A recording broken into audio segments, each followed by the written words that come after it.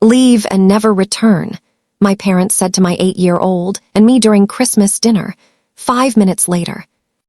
Part 1, the night that broke everything. The smell of roasted turkey filled the house long before the guests arrived. Cinnamon candles burned on every table, red ribbons wrapped around the stair rails. A glowing Christmas tree stood in the corner of the living room, covered in golden lights and glass ornaments my mother had collected for years. From the outside, our house looked perfect. Inside, it was cracking. I stood in the kitchen holding a bowl of mashed potatoes, trying to keep my hands from shaking. My son, Daniel, sat at the dining table swinging his small legs back and forth, humming Jingle Bells to himself. He was 8 years old. He still believed Christmas fixed everything. I used to believe that too. "Make sure he doesn't touch anything," my mother whispered sharply as she passed me. "He always spills." Her words weren't loud, but they were sharp enough to cut. "He's careful," I said quietly. She didn't respond. She just straightened the silverware for the 3rd time. My father walked in from the hallway adjusting his tie. "Are they here yet?" he asked. "Not yet," my mother replied. "But when they are, I want everything to look respectable." Respectable. That word again. I knew what it meant. It meant, don't mention the divorce. Don't mention the job I lost. Don't mention the fact that I had moved back into my childhood bedroom with my son because I had nowhere else to go. And most importantly, don't embarrass them. Daniel jumped off his chair and ran to me. "Mom, can I put the star on the tree again? Just one more time." "You already did, sweetheart." "But I like doing it." Before I could answer, my father turned toward us. "Sit down, Daniel," he said firmly. "This isn't a playground." Daniel froze. He slowly walked back to his chair. The doorbell rang. My mother inhaled deeply, pasted on her perfect smile, and opened the door. My aunt and uncle stepped inside, followed by my cousin and his wife. Laughter filled the room. Hugs were exchanged. But when it came to me, the hugs were shorter. When it came to Daniel, they were polite. Dinner began with forced cheer. Wine glasses clinked, plates were passed, compliments were made about the food. Then the questions started. "So," my uncle said, slicing into the turkey, "have you figured out your situation yet?" The room quieted slightly. "My situation?" I asked. "Work, housing, stability, long-term plans." I felt my face warm. "I've been applying. I have interviews next month." My cousin gave a small smirk. "Next month, that's optimistic." Daniel looked at me. He could sense the tension. My mother jumped in. "We're helping her get back on her feet, of course." Helping. It didn't feel like help. It felt like surveillance. Like every move I made was being evaluated. My father cleared his throat. "It's just temporary. We didn't raise our daughter to be dependent." There it was. Dependent. As if leaving a cheating husband and protecting my child was weakness. As if rebuilding from nothing was laziness. Daniel suddenly spoke up. "My mom is the strongest person I know." The table went silent. My cousin laughed lightly. "That's cute." But Daniel wasn't smiling. "She left Dad because he was mean," he said, "and she said we deserve better." My mother's fork clattered against her plate. "That's enough," she said quickly. But it wasn't enough. Because something inside me was already shaking loose. My father's face turned red. "We do not discuss private matters at the dinner table." "He asked," Daniel said softly. "He didn't mean that," my aunt interrupted. The air felt thick, heavy.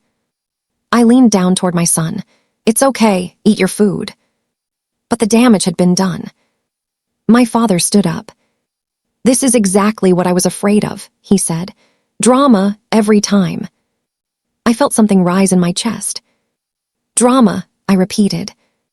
"Yes," he snapped. "You move back into our home, bring your baggage, and now our grandson is airing dirty laundry in front of guests." "He's 8, I said quietly. "And you're 32, he shot back. "Act like it." My mother stood too. "We opened our home to you. The least you can do is keep things appropriate." Appropriate. Like pretending my ex-husband hadn't screamed at us for years. Like pretending I hadn't worked 2 jobs before losing one during layoffs. Like pretending I wasn't doing everything I could. Daniel's small hand slipped into mine under the table. My father's voice grew colder. "If you cannot maintain respect in this house." He paused, and then he said the words that split my life in two. "Then leave, and don't come back." The room went silent. My ears rang. "Dad," I whispered. "I mean it," he said. "We will not be humiliated in our own home." Daniel looked up at me. "Are we in trouble?" 5 minutes. That's all it took. 5 minutes between normal dinner and exile. My mother crossed her arms. Maybe some space would be good for everyone. Space. On Christmas. In winter. With nowhere to go. I swallowed hard. "You're asking us to leave, tonight." "Yes," my father said. The finality in his voice felt like a door slamming shut. My aunt tried to speak, but my mother shook her head slightly. No one defended us. Not one person. Daniel's grip tightened. "Mom." I stood slowly. My legs felt weak, but my voice didn't. "Okay." The word shocked even me. "Okay," my father repeated. "You want us to leave, we'll leave." My mother blinked. "Don't be dramatic." "I'm not," I said calmly. "You said leave and never return." Daniel slid off his chair. "Are we going home?" he asked. I forced a smile. "Yes, we're going home." The problem was, we didn't have one. I walked upstairs to our room. The Christmas lights outside blinked cheerfully as if nothing had happened. Inside, I pulled out our small suitcase. Daniel sat on the bed quietly. "Did I do something wrong?" he asked. The question nearly broke me. "No," I said firmly. "You did nothing wrong, you told the truth." "Grandpa doesn't like the truth." I paused. Sometimes people don't like being reminded of it. He nodded slowly, absorbing that. We packed quickly. Clothes, toothbrushes, the small stuffed reindeer he slept with. I looked around the room that used to be mine. Posters were gone, childhood trophies boxed up. It wasn't my room anymore. It wasn't my home anymore. Downstairs, the sound of silverware and forced conversation resumed. As if we were already erased. I carried the suitcase down the stairs. My father didn't look at me. My mother avoided my eyes. Daniel waved softly. "Merry Christmas," he said. No one answered. We stepped outside into the freezing night. The cold air hit my lungs sharply. The front door closed behind us. And just like that, we were alone. Daniel looked up at me, his breath visible in the air.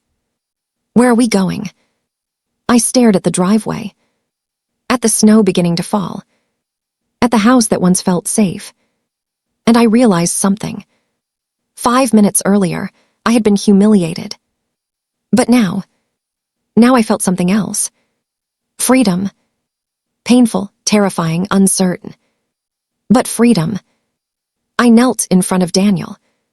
"Do you trust me?" I asked. "With everything," he said. That was the moment I made a promise to myself. We would never beg to be loved. We would never shrink to make others comfortable.